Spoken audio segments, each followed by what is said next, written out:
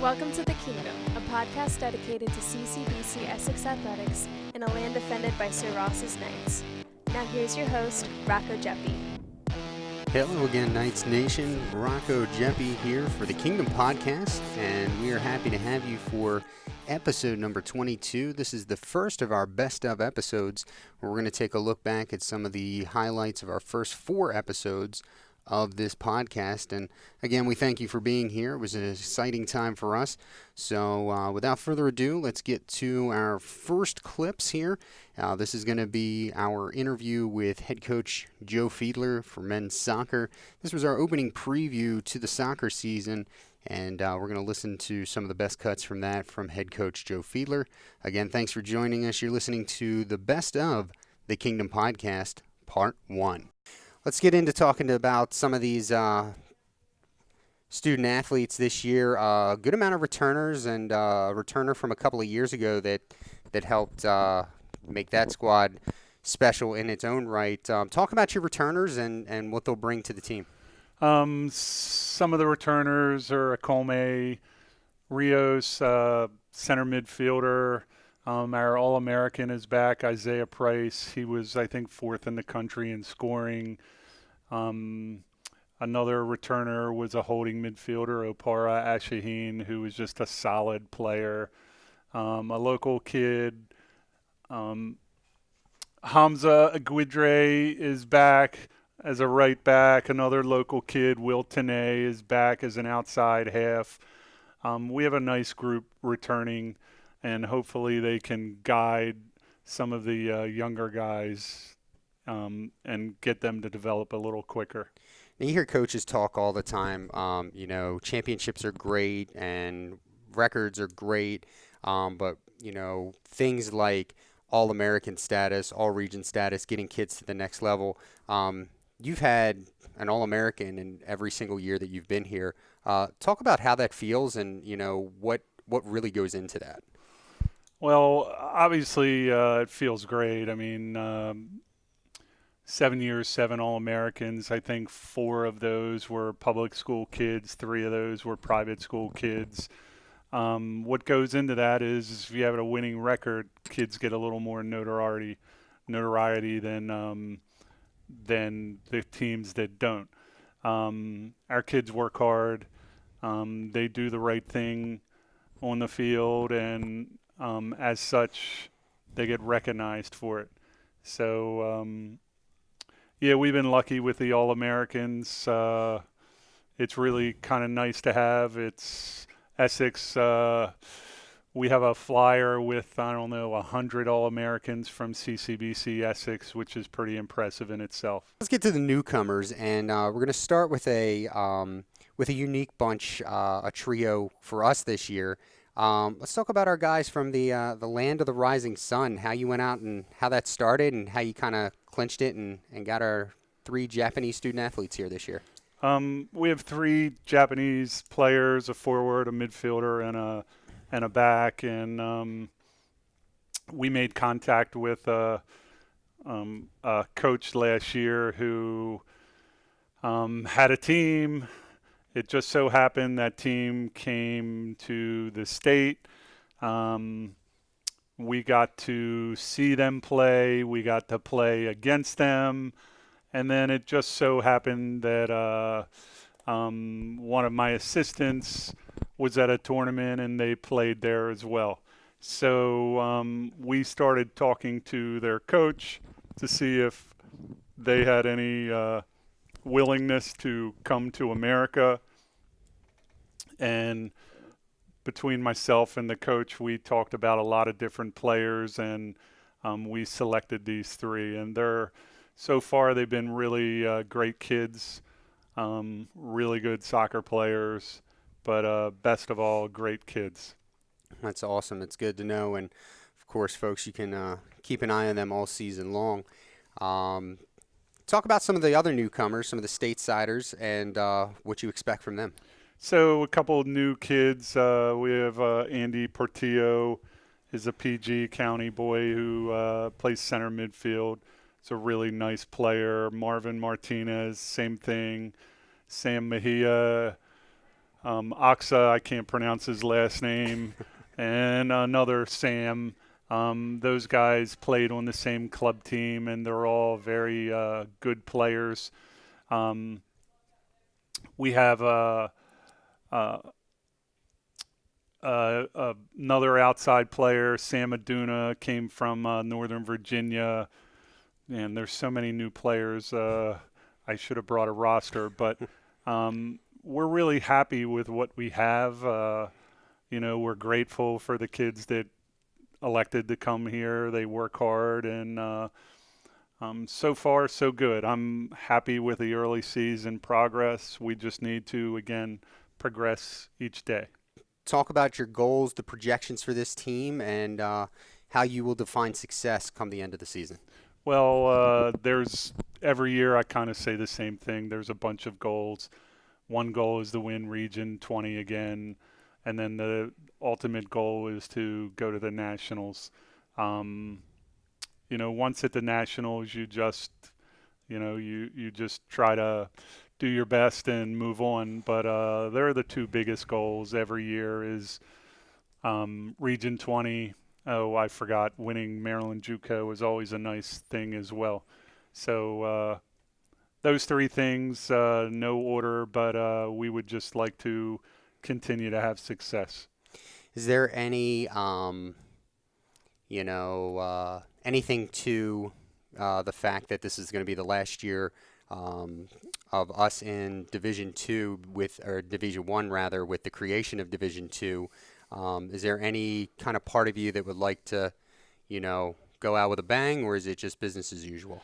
It's kind of business as usual. I quite honestly, D1, D2, D3, it's all the same thing. The goals kind of stay constant, and that's where we are. We want to win our league. We want to win our region to go to the Nationals.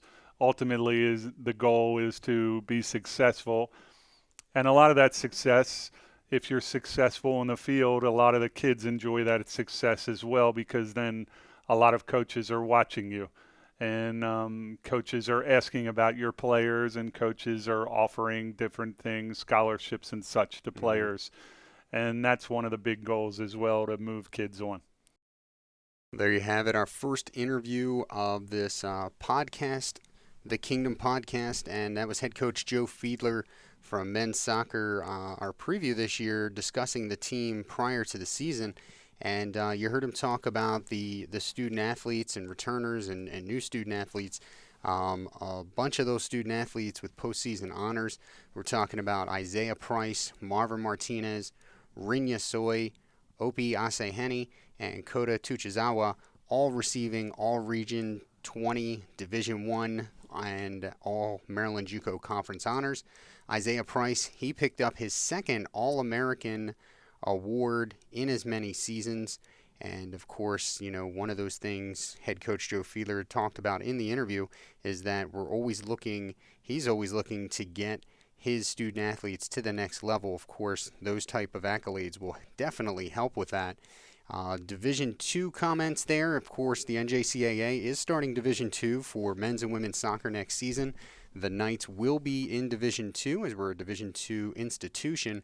And head coach Joe Fiedler talking about his final season in Division I, and you heard him mention they went about it business as usual, and I think things turned out not exactly the way that they wanted to end the season. They did not make the national tournament, unfortunately, but they did win the Maryland JUCO Conference for the first time in 2 years, and picked up their 8th consecutive Region 20 Division I title, certainly leaving a legacy at the Division I level, going to Division II next year. And Coach talked about that the playing field, the competitive field, should be a little bit more level at that division. Obviously, the Knights have been competitive, for the past decade plus. But when you get to that national stage and you're facing so many teams, that are able to give 15, 16, 18, 20 full scholarships to international players, the competitive balance tends to shift to those teams. And so next season, with the Knights going Division II, we should see more of a competitive balance, and certainly looking forward to that. Right now, we're going to hit our first commercial break. I know, it's a best of episode, but we still have to, pay the bills, so to speak. We appreciate you checking in for our first best of episode, listening to the Kingdom Podcast here, and we thank you all season long for tuning in. We'll be right back after these messages. Mindful You Yoga Studio, located at 1705 Poplar Place in historic Dundalk, Maryland, is the ideal place to go for one of the best mindful experiences in Baltimore County. Entering its second year and recently awarded an executive citation by Baltimore County Executive John Olszewski Jr. for its commitment to community, Mindful You Yoga Studio offers a wide variety of yoga, from vinyasa flow to mindful movement, gentle flow to alchemical yoga, and everything in between. Mindful You has your well-being in mind, offering reflexology, health coaching, herbalism, energy work, massage, and other wellness services. They also have affordable pricing and package options that include discounts on other services. Gift certificates are now available, the perfect way to show that special someone in your life just how much you care. To learn more, visit mindfulyouyoga.com, follow them on Facebook, or call 410-935-2690. Mindful You Yoga Studio, where your attention goes, energy flows. Bring your attention inward and watch the magic unfold. Let's talk about college. Times have changed, and I say no to an education at the cost of crippling debt, because paying off student loans for the next 30 years is not in my financial plans. Rethink what's possible with CCBC. Visit us online and see what you can be. All right, we are back. Our part one of the Best of the Kingdom podcast. I'm Rocco Jeppy, your host, and thanks for joining us. We're going to head to our next body of clips here, and it's going to be Aaron and I, as well as head coach Joe Fiedler. And this time we're shifting gears to the women's soccer team. A lot of changes this year, a lot of progression and development, and we'll get the clips started here, and we'll be back after the clips to discuss and give more information. Here we go. I think what Coach Fiedler did last year was really to kind of lay the foundation. He wanted to change the culture of the team. He mentioned it in the interview at one point. Yeah, we could schedule, 5 or 6 games a season that we could probably win, 5, 8, 10 to nothing. But what does that do for you come playoff time? What does that really help you do? And so last year, the Knights finished with a losing record for the first time in a long time. But, and I don't know if this statement will make sense, but in my opinion, it was a quality losing season because he's basically teaching this team what the competition really is at this level. Yeah, do you have a losing season at this level like that? I mean, it's not like the NFL. It's not like the NBA. You're not playing for draft position. So you want to see what the kind of makeup of your team is. And I think that there was a lot of moments last season, particularly down the stretch, where, yeah, they may not have got the W, but there was a lot of coachable moments and a lot of things that made Coach Fiedler say, you know what, I think we got something here. Well, let's meet some of these young women that are going to be on this team. Talk about the returners first and, just what you believe they'll bring to the team and what you're expecting from them.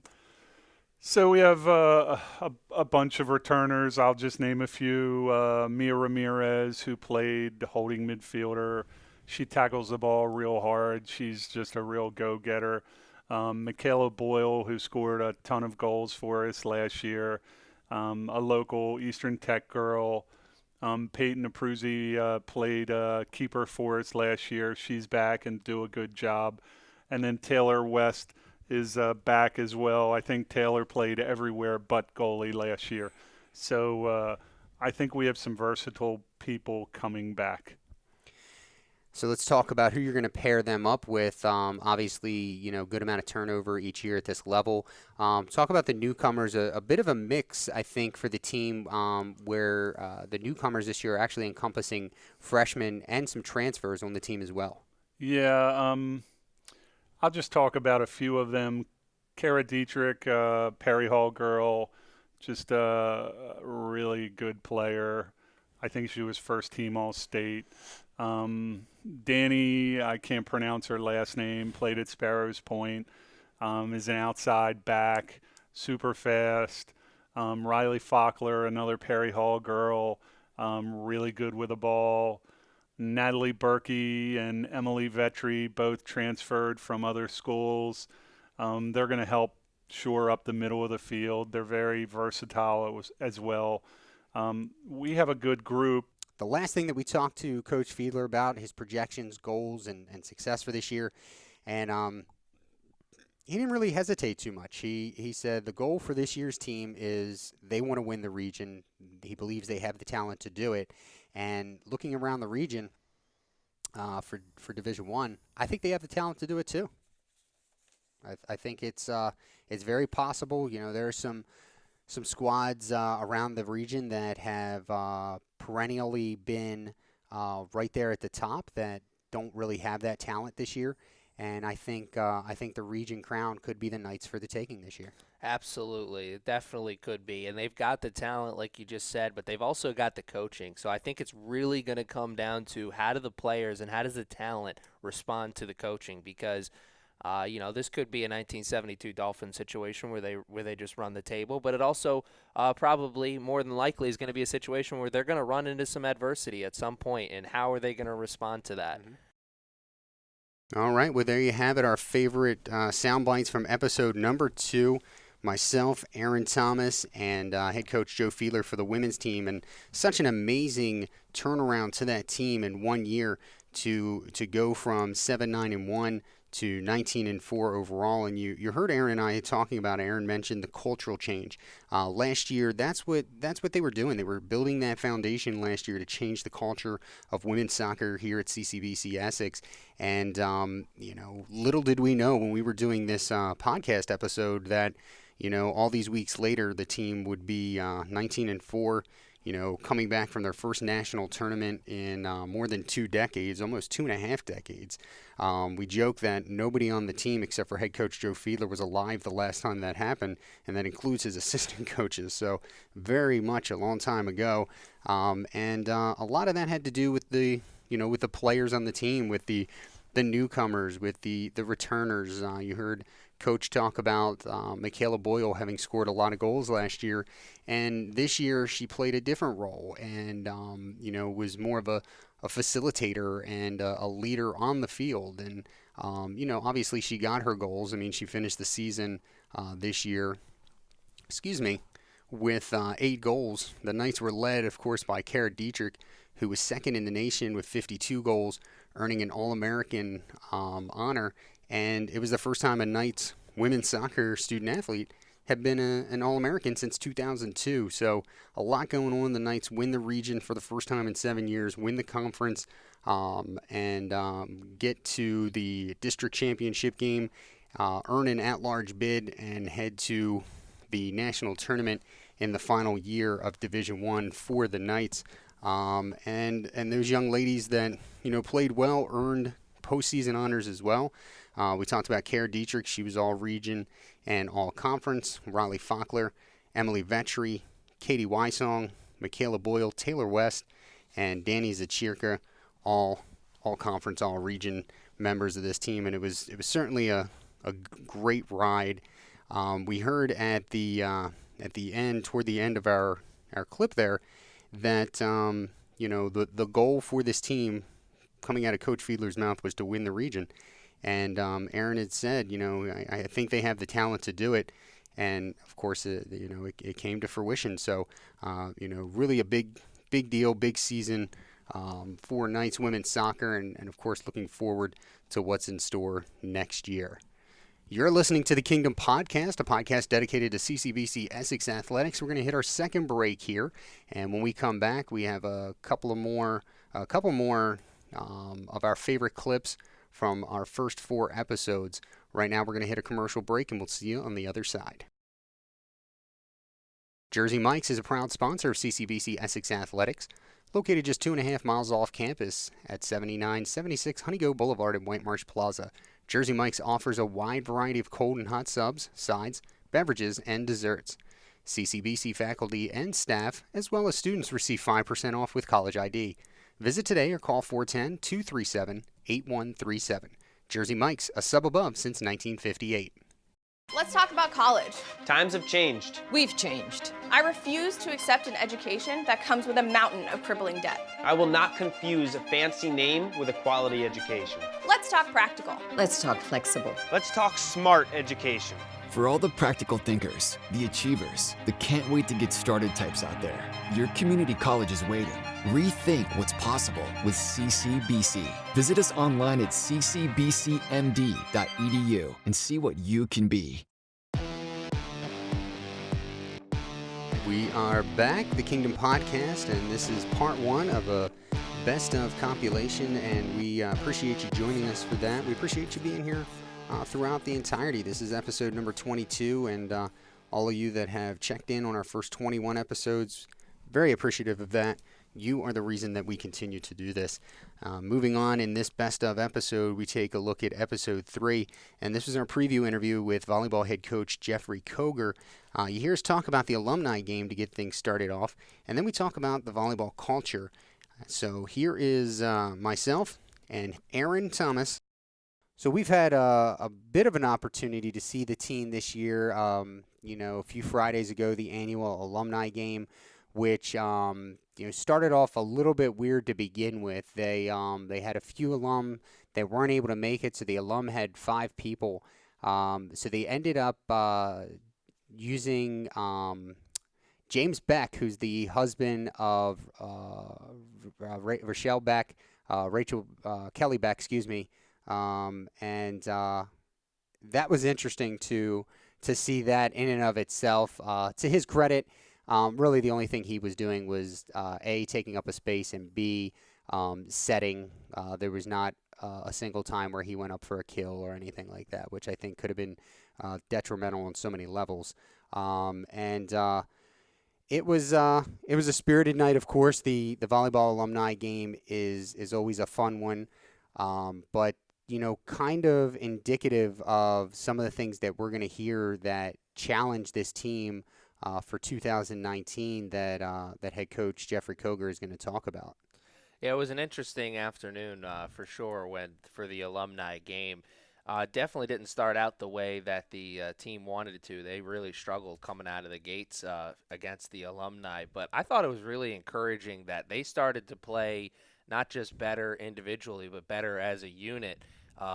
As the sets went on, they played a full 5 sets since it was an alumni game, and that 4th and 5th set were pretty competitive. Yeah, and before, I want to point out something. I'll go a little off topic here, and that's the fun of radio/podcasting is, there's no director here to tell us what to do, or at least in our studio anyway. I think it's worth mentioning that. And we alluded to it in the interview, and I was going to get to it later, but I think I'm going to talk to it now. Anybody could come in to a game or a practice of the Knights volleyball team and sit down and had never come to this team, never been to a single game. And if you come here, let's say the middle of October, so the season's starting to wind down, you are not going to be able to watch a game and watch the team and their body language and their mannerisms and everything, and you will have no idea if this team is, 2-32,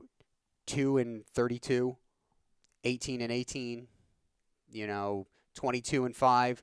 You will have no clue, because that's one thing that I got to say, arguably Coach Koger is the best at, and that is giving his team a quality, fun experience year in and year out. Yeah, the spirits are always high around the program. Doesn't matter what opponent they're going up against. They always seem to have a positive attitude, and that is definitely a reflection of great coaching. Yeah. So there you have it, episode 3 clips on this, the first edition of the Best of the Kingdom podcast. And you heard Aaron and I talking about that alumni game, a very odd alumni game this year compared to years past, and the Knights really got competitive in that toward the last few sets, the last 2.5 sets I would say.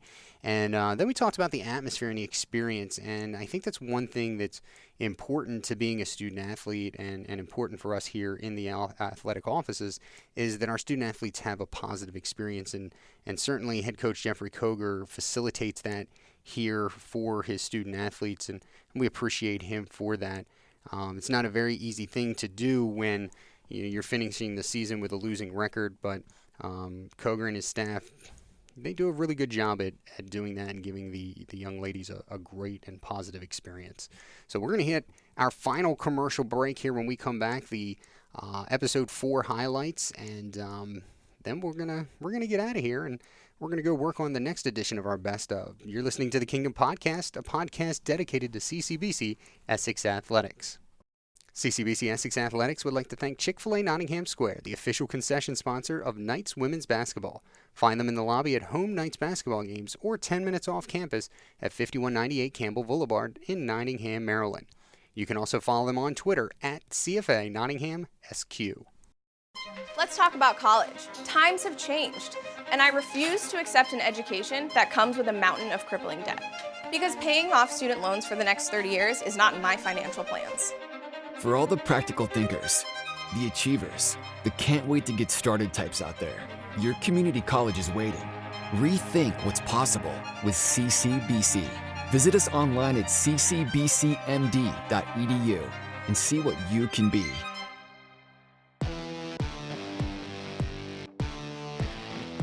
All right, we are back, folks, and this is the Kingdom Podcast. We are making our way through our first Best Of episode. We look at the first 4 episodes this time, and we're getting ready to hit in on episode number 4, which started out, a little weird. We get the intro in, and you'll hear the exchange there, and then we talk about women's soccer and their first victory of the season. Little did we know that they were going to turn around and rip off 19 in a row, starting with that game. So give a listen to our favorite clips from episode number 4, and we'll be back. I'm your host, Rocco Jeppy, and alongside my co-host, Aaron Thomas. How's everyone doing today? I don't think they can tell us that answer. Well, I gave them a chance to answer. Maybe next semester we'll have a call-in show. Less than 20 minutes later, Kaylee Siriana got a pass from Kamenetsky, and she tied the game up. So, us being in the athletic operations business and having already watched 5 full games for the weekend, we're looking around the scores table on the sideline for the person that said the words overtime, because, that's the only time you go to overtime in soccer is when somebody mentions it. And I didn't even know that, as I see Aaron pointing to one of our interns off the recording studio here, that they mentioned those words. So that explains exactly why we went to overtime in that game. You speak it into existence. It will happen. That's exactly how it goes in sports. Luckily for us, we did not have to see the second 10-minute overtime period, because in the 98th minute, amongst much confusion, taking a crossing pass from Michaela Boyle, Riley Faulkner gave the Knights the win, and with the call, our very own Aaron Thomas. 30 minutes of this game. 2 minutes and 30 seconds left in this first overtime period. Both teams have had really good chances. Boyle puts it in towards the middle. Shot on goal. It is! Is that a goal? It is not a goal. Wow! It is a goal, is it? Does it count? What's going on here? It does count. The Knights are celebrating, and what a tremendous game. So, Aaron, tell me what was going through your mind. Was it the same thing going through our mind on the sidelines? It happened so quickly. It looked like it was sent away at first, but then you look at the referee, and he's stopping the clock, and you realize that the game is over. And I think I was expecting the save to happen, because everything that had happened in the moments leading up to that were 2 goalies just really making some tremendous saves. Tornator, for the goalie for the Knights, had made a really good save just a couple minutes before then. So I was almost just expecting that we were going to see the second overtime because the two teams were so evenly matched up until that point. So it really did catch me by surprise. You know, obviously there were 9 of them to choose from, but here are a few of our favorite saves from Knights goalkeeper Sam Tornatore. He's going, one-on-one breakaway, shot, and it's saved! The middle, Chemansky, shot, and it's saved! Point-blank save once again by one of the Knights defenders to make the save with the body. That was Eski, and then Tornatore is able to make the rebound save. All right, there you have it. Aaron and I started that episode off a little awkwardly, but then we got into discussing the Knights' overtime victory against Harcum. And like I said, little did we know that was going to set into motion 19 consecutive victories. It was an amazing season, as I talked about earlier in this episode, for women's soccer. They lost their first game of the season the day before that, August 24th, and then they didn't lose again until November the 9th in the district final, of course, earning an at-large bid to the Division I tournament. We heard some audio there from Aaron's calls on Sam Tornatore's saves against Harcum, and she kept that up all season long, keeping us on the edge of our seats. And we were excited. We barely sat down this entire season. So there you have it for that episode. And folks, that is our episode for today, the Best of the Kingdom podcast, part 1. We thank you for joining us, and we invite you to come back and listen when we get to the next part here of our Best of compilation. We are taking a look at the first 16 episodes of the Kingdom podcast, and you have just listened to episode number 22, the first of our Best of episodes. We thank you, really very much, because if we weren't getting views, if people weren't listening, we wouldn't be able to do what we do. So happy holidays, happy New Year to you. Thanks again for being here. Remember, subscribe to our YouTube channel, youtube.com/CCBC Essex Knights. It's where we're going to have all our streams, highlights, and of course this podcast. Follow us on Twitter at CCBC Essex Sports, and that's the same handle on Instagram as well. I'd like to thank my co-host, Aaron Thomas, who has been with me all season long. Thanks to our listeners, of course. Thank you to the digital media department, Kendrick Kenney and his department, for allowing us to use their studio and facilities. Thanks to our athletic director, Brian Farrell, our administrator of athletics here at CCBC Essex, Greg Whitcomb. We appreciate everything that they do and continue to give us the freedom to venture out on initiatives like the one you're listening to now. So we will let you go. We hope to have you back for the next part of our Best Of, where we take a look at episodes 5 through 8. You have just finished listening to the Kingdom podcast, and we hope you will give a listen next time. So long.